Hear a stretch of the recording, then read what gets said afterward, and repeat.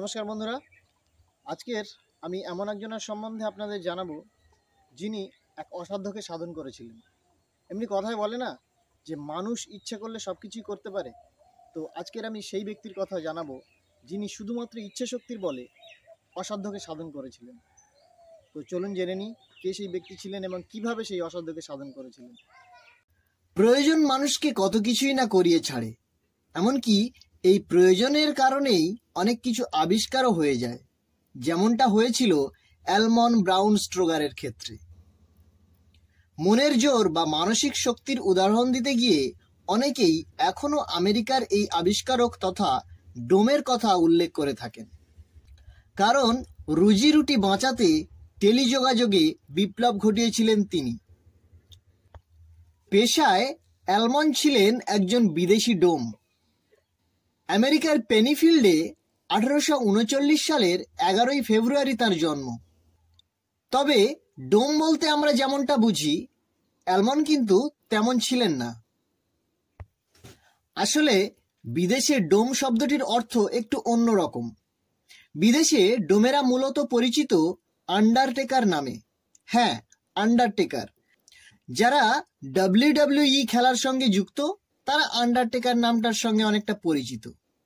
তবে আন্ডারটেকার বলতে বোঝায় এমন একজন ব্যক্তি যিনি মৃতদেহ সৎকার থেকে শেষকৃত্য সবকিছুরই ব্যবস্থা করেন। আক্ষরিক অর্থে মৃতদেহ নিয়েই তাদের কারবার। 19 শতকের শেষের দিকে আমেরিকার কানসাস শহরে আন্ডারটেকার হিসেবে সুনাম অর্জন করেছিলেন অ্যালমন। 50,000-এর বেশি মানুষ বসবাসকারী সেই শহরে আন্ডারটেকার ছিলেন মাত্র 2 জন। আর এই 2 জনের মধ্যে অ্যালমনের খ্যাতি ছিল বেশ বেশি, ফলে তার ব্যবসাও চলত রমরমিয়ে।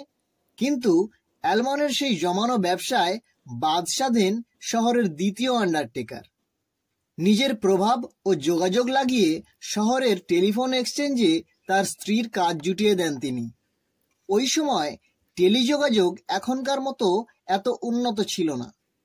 কারো সঙ্গে যোগাযোগ করতে হলে ভরসা করতে হতো টেলিফোন এক্সচেঞ্জ অফিসের উপর। আর তারই সুযোগ নিতে শুরু করেন শহরের দ্বিতীয় আন্ডারটেকার এবং তার স্ত্রী। শহরের কোনো ব্যক্তি যখনই টেলিফোন এক্সচেঞ্জ অফিসে ফোন করে অ্যালমনের সঙ্গে যোগাযোগ করতে চাইতেন, তখনই দ্বিতীয় আন্ডারটেকারের স্ত্রী অ্যালমনের পরিবর্তে নিজের স্বামীর সঙ্গে ফোনে যোগাযোগ করাতেন। এর ফলে অ্যালমনের ব্যবসায় মারাত্মক প্রভাব পড়ে। অন্যদিকে দ্বিতীয় ব্যবসায়ের ব্যবসা ফুলে ফেপে উঠতে শুরু করে। তবে তার ব্যবসার ক্ষতির কারণ বুঝতে বেশি দেরি হয়নি অ্যালমনের। তিনি সিদ্ধান্ত নেন নিজেই এই সমস্যার সমাধান করবেন। এরপরেই টেলিফোন নিয়ে গবেষণা শুরু করে দেন অ্যালমন। তড়িৎচুম্বক ও হ্যাটপিনের সাহায্যে একটি স্বয়ংক্রিয় ইলেকট্রোমেকানিক্যাল টেলিফোন এক্সচেঞ্জ প্রযুক্তি আবিষ্কার করে ফেলেন তিনি। নিজের পদবি দিয়ে আবিষ্কারের নাম রাখেন স্ট্রগার সুইচ। পরেই তিনি এই স্ট্রগার সুইচের পেটেন্ট করান।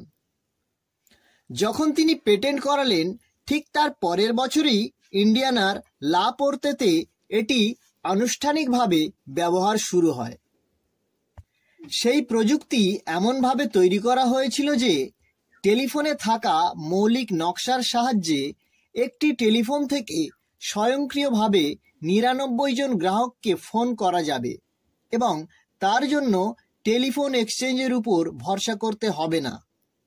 এই আবিষ্কার করেই থেমে থাকেননি অ্যালমন। প্রক্রিয়াটিকে সহজতর করার জন্য টেলিফোনের রোটারি ডায়াল বা বৃত্তাকার ডায়ালের উদ্ভাবন করেন তিনি। এর ফলে গ্রাহকরা ডায়ালটিকে নির্দিষ্ট দূরত্বে ঘুরিয়ে সহজেই একটি ফোন নাম্বার নির্বাচন করতে পারতেন। এই আবিষ্কারের ফলে টেলিফোন এক্সচেঞ্জের উপর গ্রাহকদের নির্ভরতা খানিকটা কমতে থাকে। প্রতারণার আশঙ্কাও কমে, কারণ অ্যালমনের এই আবিষ্কারের ফলে গ্রাহকরা সহজেই কোনো ব্যক্তিকে সরাসরি ফোন করতে পারতেন। এরপরে আবারও অ্যালমন তার ব্যবসার শ্রীবৃদ্ধি ঘটাতে থাকেন। আবিষ্কার নিয়ে অ্যালমনের গর্বও কম ছিল না। বড়াই করে নিজের আবিষ্কারের কথা বলে বেড়াতেন তিনি। 1902 সালের 26শে মে ফ্লোরিডার সেন্ট পিটার্সবার্গে 63 বছর বয়সে মারা যান অ্যালমন। ওয়াশিংটনের বেলিংহামের স্পার্ক মিউজিয়াম অফ ইলেকট্রিক্যাল ইনভেনশনে ঘুরতে গেলে এখনও অ্যালমনের আবিষ্কৃত প্রথম দিকের 11 সংখ্যার ডায়াল ফোন দেখতে পাওয়া যাবে। তাহলে বন্ধুরা, অবশ্যই কমেন্ট করে জানাবেন আজকের ভিডিওটা কেমন লাগলো। আপনারা জানেন আপনাদের মূল্যবান কমেন্টের অপেক্ষায় আমি সবসময়ই থাকি।